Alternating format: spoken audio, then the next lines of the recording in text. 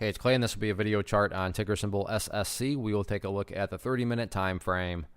Real quick, what do I mean by 30-minute in case maybe you're new to charts? Instead of each one of these candlesticks here representing 1 day's worth of price action, which is what you would normally see, each one represents 30 minutes. So while this here may look like several days worth of time, it's actually just today's price action broken down into 30-minute time slices. I like to this time frame. Thing does a good job of telling the quote-unquote story of the price, and then makes mapping out levels of support and resistance a bit easier to see. I did this analysis a while ago. I can't remember the exact time, but that is where these green and red line annotations are coming from. So definitely some updates here need to be made after today's price movement. First thing I'm going to do, though, is get rid of these lines down here. Sure, they still pertain to the chart. They're just not relevant. And from a presentation standpoint, I don't want to risk causing confusion because there's clutter with lines all over the place. So I just want to try to keep this as clean as possible.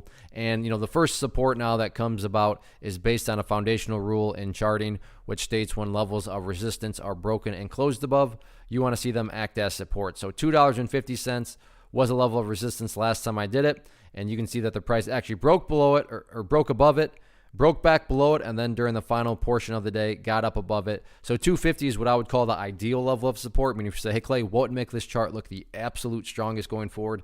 Definitely staying above 250. However, if the price does not hold above it, it's not the end of the world because you do have an overall level. So taking a step back and looking at things from the big picture, that is where the purple line comes into play, which is the famous 50-period simple moving average. Keyword being moving. So as time goes by, that purple line is going to move itself higher and higher. So a very basic yet highly effective way to gauge the health of the move.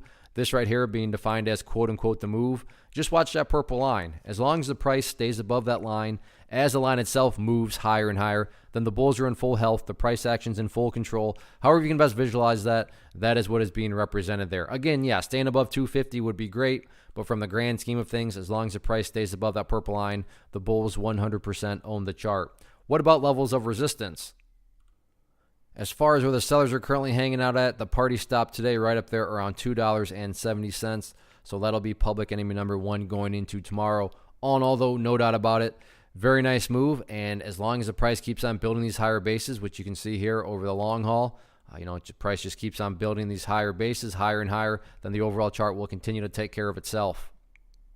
One of the biggest questions that I get is, hey Clay, how do you find the stocks that you trade? So what I've done is put together a free resource guide where I talk about the tools that I use to locate stocks that I find interesting and think may have potential. So if that sounds like something that could add value to you as a trader, then click on the image that is up on the screen right now and I will email you the guide. The guide itself is very short and to the point, and best part, it's completely free.